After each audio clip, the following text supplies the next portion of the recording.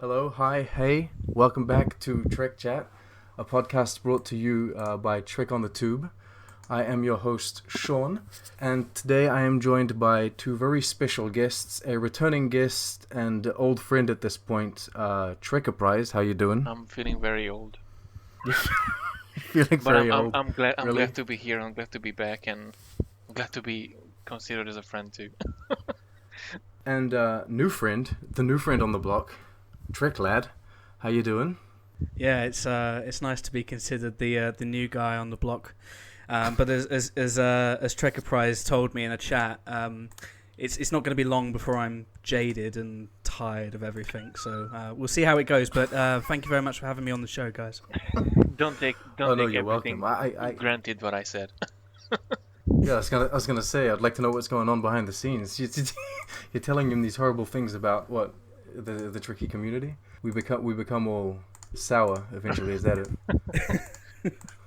Today we're talking about, and I thought of this because you guys have something in common. You might not know, but Trekkerprise here is a fan and defender, I would call, of Star Trek Five. Which is a movie that I don't necessarily enjoy. And TrekLad here has recently started his Trek-oriented blog, and he actually posted an article defending and finding all of the positives in Star Trek 5. And so I thought, hey, that's interesting. What do I like about Star Trek 5? Not much, but Cybok. So there we are. Cybok, a surprise sibling. And then I thought, that's a bloody trend in Star Trek, isn't it? There's surprise siblings that pop up everywhere in all generations of Star Trek. So let's talk about that. What do you guys think of surprise siblings just popping out of nowhere? There are a lot, aren't there? There are. I feel like there are a lot. I would just to go down like an example of things. I don't think like Sarana, the sister of Saru, I wouldn't consider that necessarily a surprise sibling. We learn about her only in season 2. Yeah. Of Discovery, but it's not like a big surprise. Oh, hey, look, we've done all of these stories and she wasn't here. It's just kind of learning about the character as we go along. But Yeah, I do think that there's a criteria. I think that, to qualify as a quote-unquote secret sibling, they need to be established in the show. The show needs to have gone on for a certain period of time, or, in Spock's case with Cybok, decades of material. I've got quite a long list. I've actually also got a few. I've got a few that probably actually go beyond the sibling as well. So I'm quite interested to hear what you guys have found and secret siblings. oh, okay. So Gary, have you come up with someone? Have you come here with a list? I have none. I'm fully unprepared. To be honest with you, I'm still like digesting the fact that like there's another person out there who loves Star Trek 5. So Oh, okay. But do you know? I want to quickly explain why I put together the Let's Say Nice Things about Star Trek 5, and that's actually going to be a series that unfolds. I'm going to add to it. The Let's Say Nice Things about series is going to be something that carries on. There's plenty of stuff in the Star Trek Threshold. I franchise. can't wait for Threshold. I mean, it's coming. I was tempted to kick off with Threshold because I mean it's like unanimously considered the worst of the worst. I mean there's that, and then there's what, like, Code of Honor, Kurtratz, Dan Gunther will often cite Fury, the return of Kiss. Oh yeah, that's not a good one, is it? But no. The thing is the reason. My whole mantra with TrekLad, the reason why I've really pushed forward with this Twitter account and the reason why I'm doing everything at the moment is there's a lot of conflict. There's always going to be a lot of conflict in fandom. You guys have seen it. I mean, we've encountered it at some point today. I'm sure all of us have. But the thing is like life's too short to just go on Twitter and just say, I hate this, I hate that. Oh, this is rubbish. Why don't we just focus on finding the positives in everything? Because you can find positives in stuff. And, Gary, you like Star Trek 5. I like Star Trek 5. I like all things Star Trek, really. If it's got Star Trek on it, I like it. But the thing is Star Trek 5 is the worst Star Trek film. But with my article, I'm trying to point out that there are great things. It has a brilliant score. The dynamic between Kirk, Spock, and McCoy is probably the best it ever was in the film series. Sybok is a really decent character. So there are good aspects, and I want to try and bring all of that to the surface so we can kind of go, yeah, there's some crap in Star Trek, but it's one, it's our crap, and two, it's not actually that bad. But, it's a bit of fun. In gardening terms, crap is that helps the beautiful flower grow. So that's right. We need a bottom of our list of our rankings to have the top, don't we? Absolutely. And without Star Trek V, you wouldn't have the genesis of Star Trek VI: The Undiscovered Country. So you needed to have that peat compost pile that was William Shatner's first and I think today only directorial gig, and come from it Undiscovered Country, which was great. I would argue that Into Darkness is worse than Star Trek V. In my personal ranking, I think Into Darkness is bottom, and then Star Trek V is just above. Well, that's me. The one thing that definitely Star Trek V gave us a secret sibling that we haven't known before. So that's an interesting topic to talk about, don't you think, Sean? Yes, it is. Okay, so Sybok. You were saying Sybok is an interesting character and a strong character, and I actually do think he is, which is astonishing because he is in one of the worst movies, and he's only there for one movie. Discovery seems to kind of not want to jump into the Sybok territory. Discovery gave us the surprise Burnham, and I think she works quite well, honestly. But we've had 2 seasons to now develop not only her relationship with the parents of Spock, but also kind of how it happened with Spock and why we never heard of her before. Sybok literally is just, oh, I forgot to mention I have a brother. I don't like talking about my brother. In a sense, Sybok is almost the same as Burnham, because Spock didn't actually brought up Burnham forward, going on forward with Jim and Bones and the others, and of course he didn't bring up, probably for the same reason, Sybok as well, because maybe on his eye he didn't think that they were worthy to be their siblings. Like, you know what? I'm gonna keep your secret, guys. That's it. Yeah, I mean, I would say that the in-universe explanation is that Vulcans just don't openly discuss family dynamics. I mean, I think that's been explored in Enterprise with T'Pol and talking about her mum and her expulsion from the Science Academy and stuff like that. But the thing is with Sybok, Spock has loads of reasons not to talk about him. I mean, the biggest one being that he completely just takes the whole Vulcan, attitudes towards logic and just kind of chucked it out the window. Goes, do you know what? I quite like smiling and being happy and laughing in a desert, and that's what I'm going to do. And Spock's like, I'm just not going to talk about you much, really. Yeah. Well, he's a fanatic, isn't he? Yeah, he's a zealot, so it's not really something that Spock's going to bring up in casual conversation at Starfleet headquarters, I can imagine.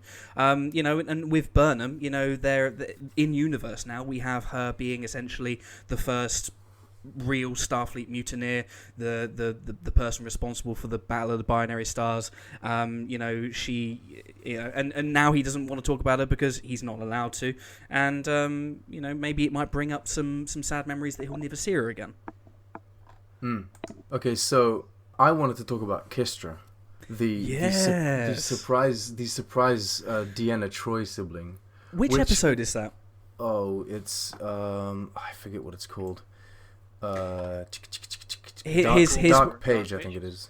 Here's where I completely out myself as being someone that has no idea what the episodes are. I just know that Kestra's, a character. You ask me what episode it is, and unless it's Best of Both Worlds, I'm useless. Yeah, I have trouble remembering episode titles as well. I know that a lot of people love remembering those original series episodes, but names, but I have trouble with that. Yeah, it's Dark Page, 7th episode of season 7 from TNG. Oh, well, there you go. I didn't hear any keyboard clacking either. I'm very impressed there, Gary. I can use a mouse for multiple things, just to let you know. Kestra's really interesting. So, okay, Kestra gets a kind of a pass, I suppose, in the sense that she she was unknown to Deanna Troi, right? Deanna didn't know she had a sister. But it was a surprise for her, for sure. Yeah, it And was a for us surprise as for well. her. And not to mention, I mean, I think I talked in the Starfleet podcast. I think you remember that, Sean. That Major being one of my favorite, all-time favorite from the whole franchise.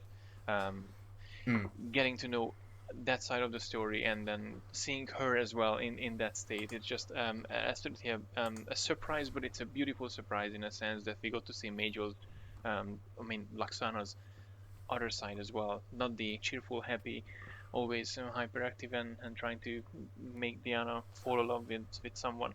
But this more deep emotional side, which I think this secret sibling that Diana didn't know about just really helped getting a bit more out of Laxana. So I'm happy, even though she was just an unknown daughter, that we got to see something special because of her. I'd also like to say that I think it was a really well written episode, and I think it tackled something that up until that point shows, American shows anyway, would be the father processing grief of a lost child, and to have the dynamic of Luxwana and Deanna kind of coping with it away from everybody else. Just two women on their own, I think is it's something that I don't think had been done many times, if at all any time, up until that point. And it's just another example of TNG definitely being a show just way ahead of its time. Oh yeah, oh it definitely was. I think all of them were, actually, because Deep Space Nine was very much so as well. Oh yeah, and massively. Yeah, I think actually this episode and the way they, like the angle they were able to take and how they approached the Lwaxana character, having her deal with this very sad situation, that kind of gave them the confidence to, in a sense, do it again in Deep Space Nine. When she's locked in that turbo lift with Odo, you see this other side of her. This not, as you say, Gary, like fun, over the top, eccentric kind of let's get married with anyone. Yeah, no, she's more sort of Lwaxana. Down to earth. She's more vulnerable. She really shows her vulnerable side for us, which is a beautiful thing to witness, especially with the personality who like uplifting and cheerful and hyperactive and smiling all the time. I think it makes her one of the best characters. I think those moments, where she takes off the wig and I'm more than just these colourful dresses and the really tall servant. Yeah. She's more than just these crazy actions and persona. She's actually quite a fleshed out, complex character, and the Kestra storyline definitely brings that out. It's a good episode. Absolutely. You say you have an extensive list of deep cut surprises of secret siblings? Yeah, I do. I have a few. There are some that we kind of know about, and we started off the show by kind of going, we're not going to talk about like Saru's sister and things like that. I'm not going to go into all of them because one, I don't think we got time, and two, some are just so obvious, But I tell you, someone that has a lot of siblings turn up just randomly is Worf, son of Moog. Moog was very busy. Well, it wasn't actually Moog, but Kern. So from Sins of the Father, Kern turns up. He turns around to Worf and he goes, "I'm your brother," and Worf's like, "Oh, okay." So that's one, and. Early in TNG, he did mention there was another Rozhenko. He had another brother somewhere, and then they never mentioned it ever again. And then I think it's season 7 anyway. But it turns out that he's got another brother, but a half brother called Nikolai, who's decided to just get really messy with the Prime Directive and basically stop Armageddon for a whole group of people. So there are two siblings that we weren't aware of before, which was quite interesting. But Worf has a blood brother that we saw in one episode, never saw again. Worf has quite an extensive family that we kind of know nothing of, and then never see anything of again. It's what's he called? Nikolai. Yeah, he's a strange fellow. He just pops out of nowhere, and then like it finishes that he stays on that planet with his new family, and so we never hear of him again. Oh yeah, Cassidy Yates. Yeah. I think with a nose ridge. I think she had a prosthesis on a nose. So that's how we know it wasn't actually Cassidy Yates. But yeah, no, Nikolai was kind of weird. But I do love that episode as well. In the how he's pretending to mourn for the loss of his community, and he's just like, I'm just gonna beam them all up onto the holodeck, and that's that. And Picard's like, oh, you Nikolai, slap on the wrist. Let's just take them somewhere else. Let's take them to another solar system. Okay. There's Tashiar's sister, Ishara. Ishara, have I got the pronunciation right? But Tashiar's sister in Legacy. So she, Tashiar, and it's well documented that she had a horrendous upbringing, came from a terrible planet, just really de-evolved kind of cast of humans. So we met her. There's Data's 58,000 brothers and sisters. That just never ends, does it?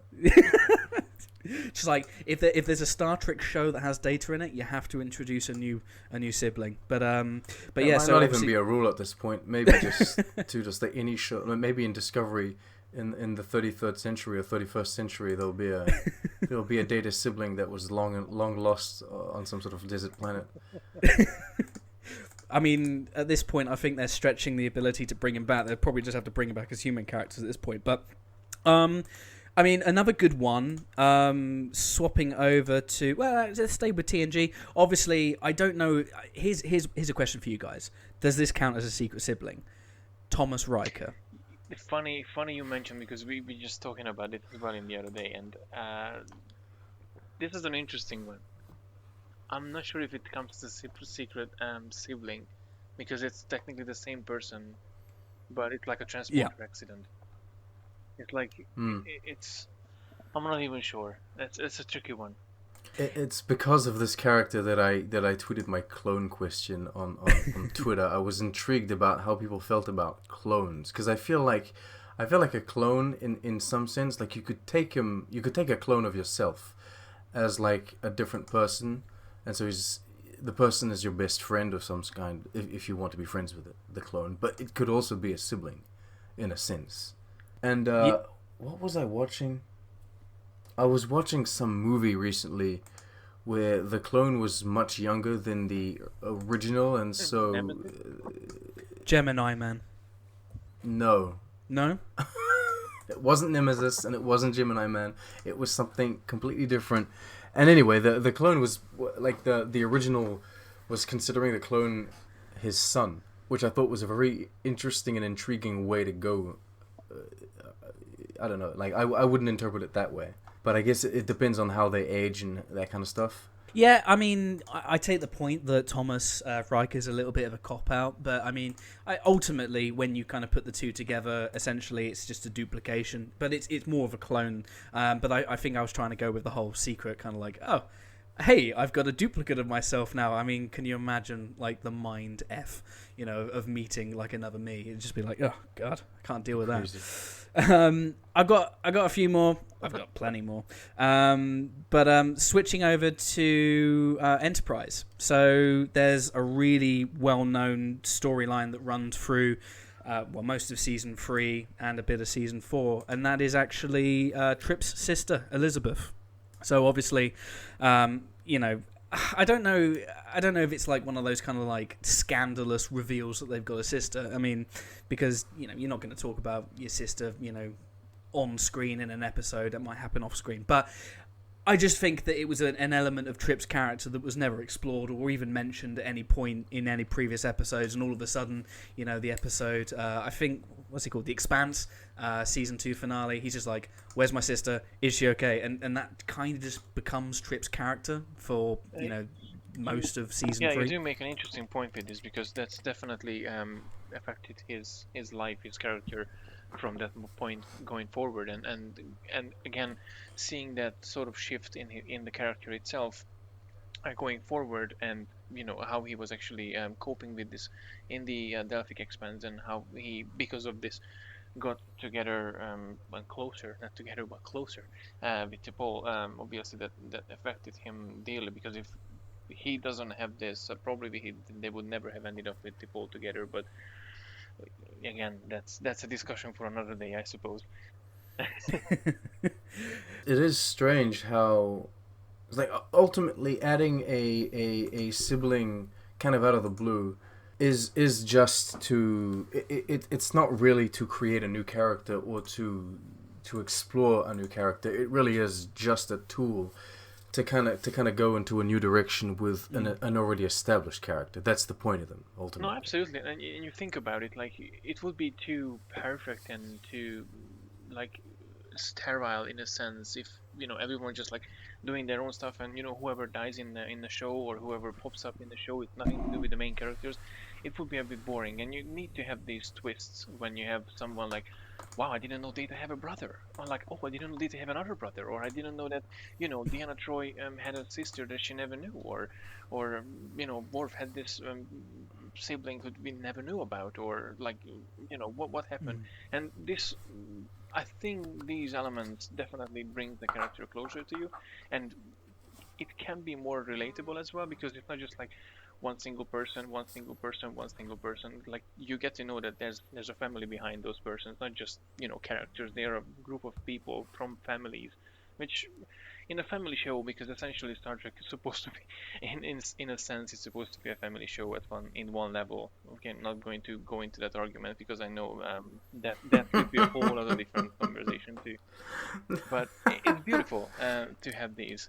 Yeah, I think the one thing that I find really interesting about the whole Elizabeth being killed and that whole situation that led to season 3 of Enterprise was that that came in 2003, 2004. That was only a couple of years after the 9/11 atrocities. You could argue that came a little bit too soon after those events, but I definitely think that you can run some parallel lines between the real life tragedy and the thing, the events that we saw in Star Trek.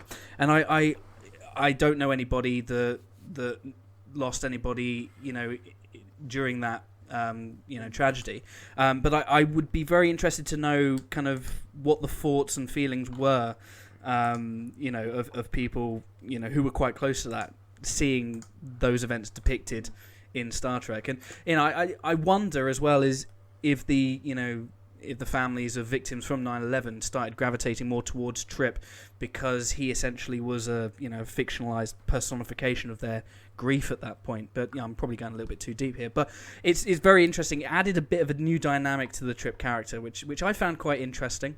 It also got him very, very close to Paul, so that was one thing. It kind of shaped them going forward, didn't it? Yeah. It really did, yeah. It kind of formed, the arc that would lead him throughout the rest of the series, yeah. Do you want some more? No, well, if you've got them, go ahead. I was just wondering if like how do we feel about these? So Gary, you enjoy them. You enjoy the twists and turns of discovering and learning about these new characters. Like it shouldn't be a thing that we establish how many siblings people have or how large people's families are before we get into the show and what have you. I don't think that's necessary. I mean, okay, one be mad. Did you know that I have 3 brothers? What? Like it's Yeah, no, you told me that. You told me that later on, didn't you? You told me that. It's not like Maybe a year it's later. not like Whatever. it's like, yeah, he's my brother and he's, I don't know, he's a laughing Vulcan in the SETI Alpha 5 or something. You don't present yourself that way. Hi, my name is Gary. I have 3 brothers. No, of course not. No, but just as you get to know people essentially in a different social group, you get to know them bit by bit, and then you get to know them deeper as long as how your relationship develops with that person. And essentially in the case of Star Trek, with that crew, with that essentially little family in that one series. So of course, and with 7 seasons in some cases, or 3 seasons or 4 seasons, you get to know so much about the characters. And like, I would have never imagined getting to know that Malcolm Reed's favorite cake is pineapple cake, but there you go. We got to know that fact. I still love him because he's a cool character, but that just brings you a bit closer to the character. So even though I know at Discovery we had this issue. I mean, I had this issue myself. Like, why Michael is like part of Spock's family? Like, why do they want to mess up with the whole thing? But then again, they didn't talk about it. So it's not that it's a surprise for us, but it's not necessarily a bad thing to have a surprise sibling along the line. I'm not sure, Sean, if you're aware of it. I mean, you might be. I'm not sure. But Gary, you're probably aware of it. But the show EastEnders springs to mind. The British soap. I don't watch it. I'm sorry. Okay, no, it's fine. I haven't watched it since I was about 10. I mean, nudge, nudge, wink, wink. I'm gonna go and watch it after this. But it's a soap opera. There are soap operas all across the world, no matter what country you're in. I know this. Yeah. But EastEnders, to use the example, has been going since 1985. I think gonna get outed as someone that really knows my EastEnders stuff here. But in that show, it follows lots of families, and there's like this kind of inside joke that who's the next family member that's gonna get added to that family that you never heard of, that never appeared at the funerals, that was never even mentioned, and then they're like this, then they're like the centerpiece of this family, and I think that you're going to get that with any show that goes on for a number of years, and if we look at Star Trek as a franchise, it's been going for over 50 years. You are going to have these kind of new characters that kind of pop in, and obviously with Burnham, they wanted to have someone that was connected very, very closely to the principal characters of a show that is over 50 years old now, so it kind of makes sense for them to kind of play around with the family dynamics and just kind of insert her. Is it a bit clunky? Yes, but it happened, and ultimately I don't really have a problem with it. And now that they've moved Discovery into the distant future, it's kind of a non-issue now, isn't it, really? You have an explanation. I honestly, of all the things that Discovery has done that people might, as you say, find clunky, I think that the Michael Burnham thing was really well handled, actually. Like from the get-go, it was pretty much established that she's not biological. Yeah. Right, she's not the same species, but she's human. So I don't know. I felt it was quite well handled. Here's where I get a little bitchy, maybe. It does sometimes feel a little cheap, I think. I think that adding kind of surprise siblings, sometimes, not all the time. It depends on how it's done, but sometimes maybe adding surprise siblings to very well established characters that are basically staples of your franchise, can feel a little cheap. It can feel a little like, we didn't really know where to go or what direction to go, or maybe it feels like we wanna reel in these fans, and so this is how we've found out, this is how we're doing it. Well, yeah, I mean, I think that at the core, that the commercial reason why they had Burnham, be connected to Spock the way she is because you're able to give her all of the prestige of Spock's character. And, there are people out there that absolutely hate and despise that fact. I mean, I really don't care anymore. There was a time, I mean, I'll be completely honest, Michael Burnham's not my favourite character, Discovery's not my favourite show, but the thing is, it's Star Trek, and there are a lot of people out there that absolutely love it and adore it, and I think that's great. But commercially, I think it was a shrewd move on the part of Alex Kurtzman and the Discovery creative team to basically set their show just before the classic era, because it's the era that commercially everybody knows and is the era that if you ask someone to name you Star Trek characters, they're going to go Spock, Kirk, Bones and Scotty, and all those characters. I mean, it's a hard fact. We all kind of really want people to go Cisco and Major Kira, but mainstream don't know those characters. They know Kirk, Spock, and those guys. So having Discovery set then and having Burnham kind of fit in that cast of legendary characters immediately gives her like a certain gravitas. And is it a cheap move? 100%. But was it a good move for them to do? Yeah, it was really. And ultimately, now no one cares really, because she's far off in the future.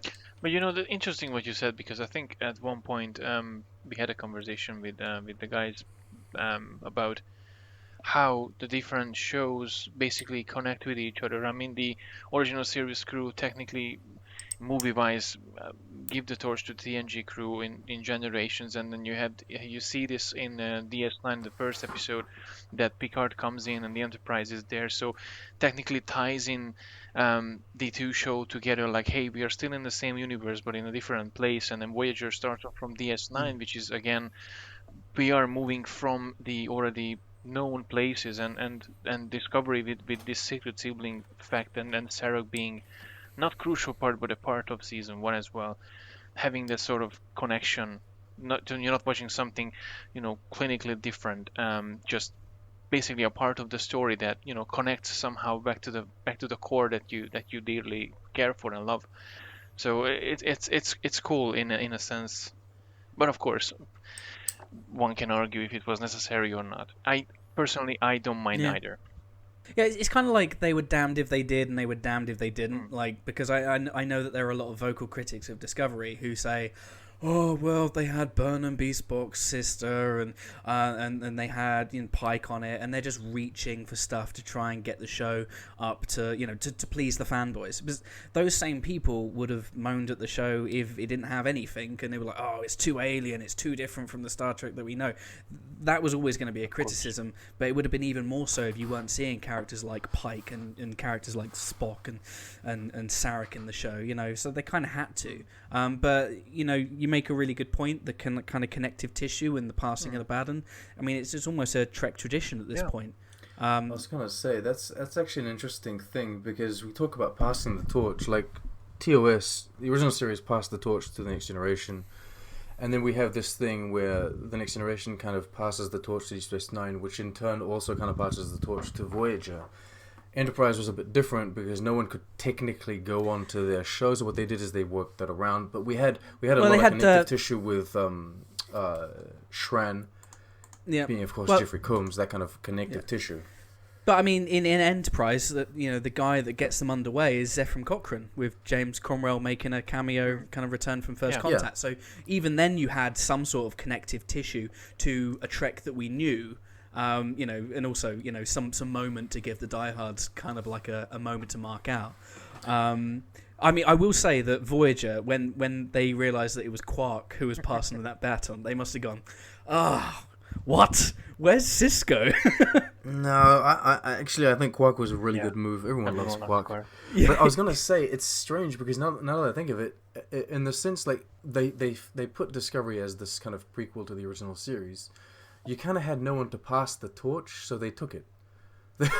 They took the torch for themselves and kind of passed it on to themselves, in the sense that we're going to, instead of, because we can't have these actors come in or whatever, what we're going to do is we're going to place ourselves in a position where we can use this family dynamic to our advantage, or integrate this character with Pike and number one. We can use these characters and pass the torch to ourselves. Star Trek Discovery being the secret sibling of Star Trek the original series, right? That's the biggest secret sibling ever. But there's one thing, I'm not sure if you have it on your list, but Peter Kirk. I think Peter Kirk. Operation Annihilate. Yes, yeah. And of course this tying into the Kelvin movies. Peter Kirk? Yeah. James Kirk, brother. He's not called Peter, is he not Peter? I can't remember, because he had a brother and he had a nephew, didn't he? And the brother was killed. I think the nephew is Peter. I think his brother is actually George, like the father in the Kelvin timeline. Oh, okay. I mean, I can literally hear some diehard Trekkies rage. They're like shaking their monitors, going, "It's this guy!" They're all Kirks. Come on. Yes, he's the guy with the mustache, right? Yeah, George Kirk. Where is he? I don't know. I forgot. But yeah, that he was Kirk's brother. Was he in an original series episode? Yeah. Oh, okay. Yeah. I think I just made half of my followers lost some faith in me that I know my stuff. Who were you? Okay, where were you going with this? Who were you thinking of? No, I'm just thinking because, until 2009 I thought Jim Kirk was the only one, and then in 2009 we got his brother. No, well, that's the thing. It's because we don't. I think he dies in the same episode that he appears in. Really? This Yes. this Kirk's Yes. brother, right? So Yeah, it's we a one kind of and done. forget. Like, it's a kind of like we forget about this situation. Kind of, there's other characters.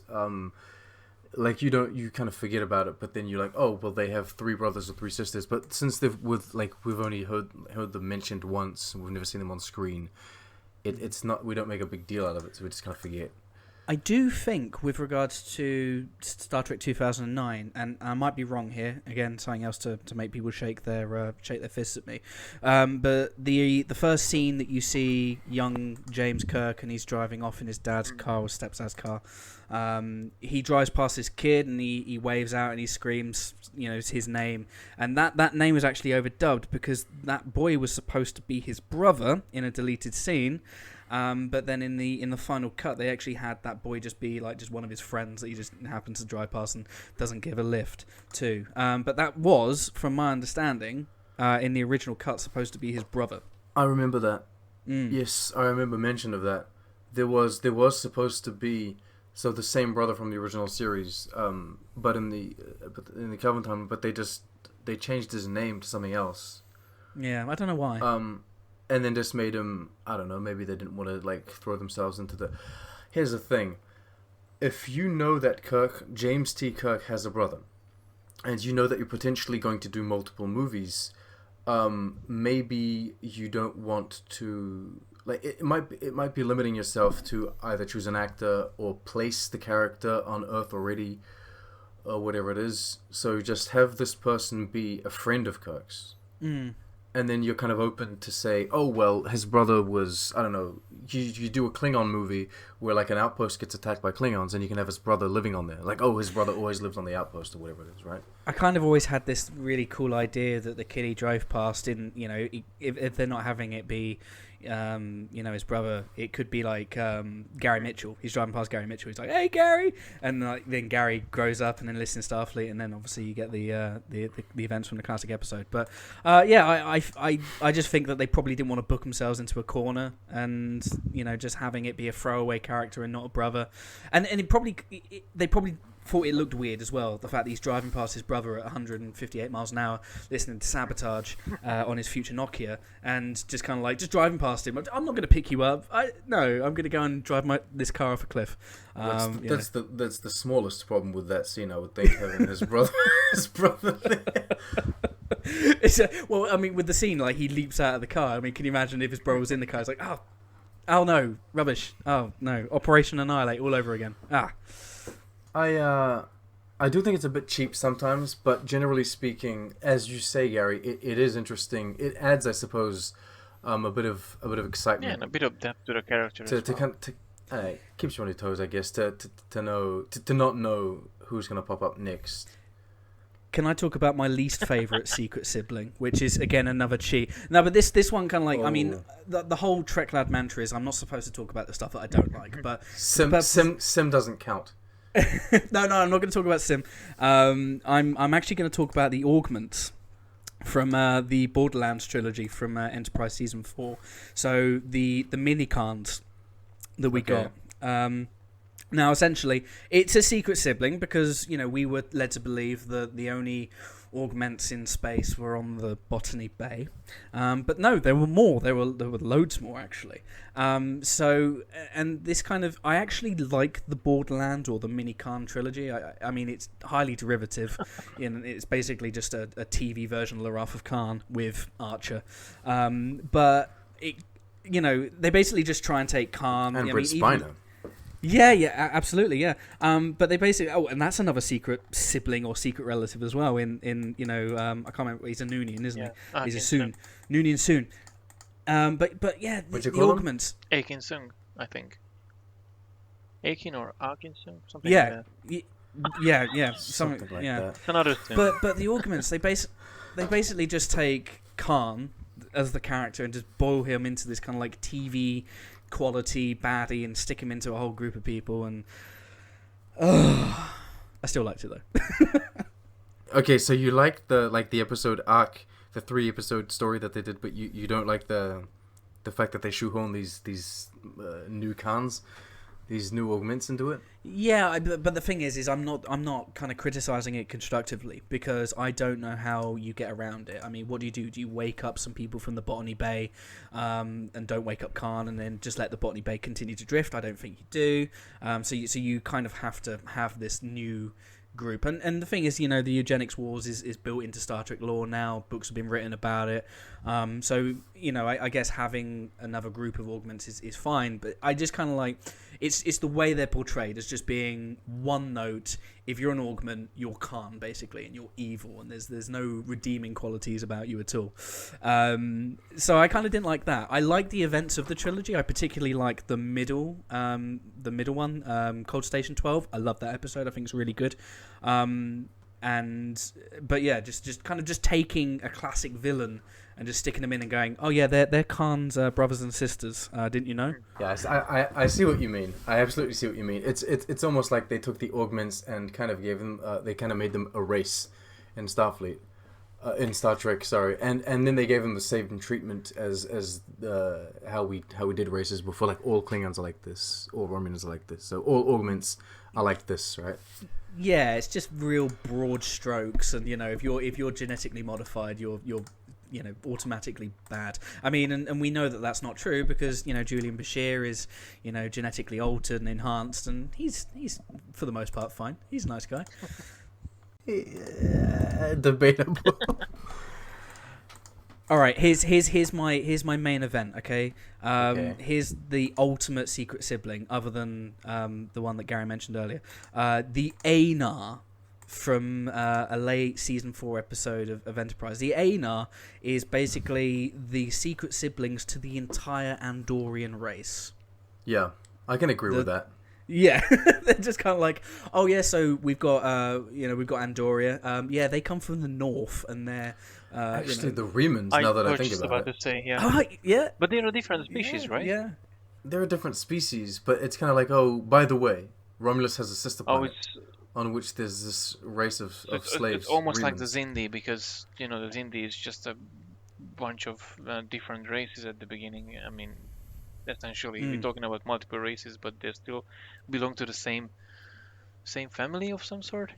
Yeah, Yeah, I don't they know all if... evolved on the same planet, I think. It's just the Remans, I feel like the way the story... I think it's not that precise, but from what I understand, the Remans were already there on Remus, and then the Vulcans who left Vulcan arrived on Romulus, set up camp, basically, and then they just went off and enslaved the Remans. Well, in a sense, whatever. then, following up on this, in a sense, the biggest secret sibling from the very beginning, from the 60s, I think, is the Romulans for the Vulcans.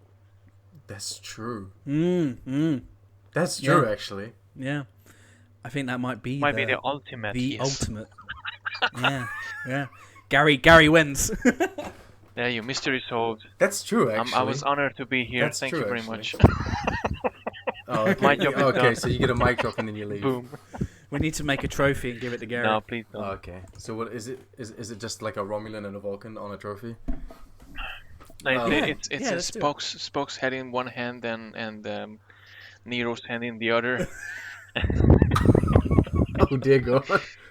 No, it's like that's what Arne Darwin said. It's like Kirk heads in one hand and a tribble in the other. Okay. I think that's a perfect place to finish. The ultimate secret sibling of Star Trek is the Romulans. They pop out of nowhere and they look exactly the same because they are the same. They're like the clone of the Vulcans. Thank you guys so much for being here. It was great. Leave a comment, anyone who's listening to this, or send an email. I don't know how it works on Anchor, but these are uploaded to YouTube anyway, so you can leave a comment. If we haven't thought of any secret siblings and what you think about their addition, do they help the storylines advance? Are they good for character development, or are they just cheap moves? Is it all a marketing ploy? Yeah. Again, thank you guys so much for being here, and live long and prosper.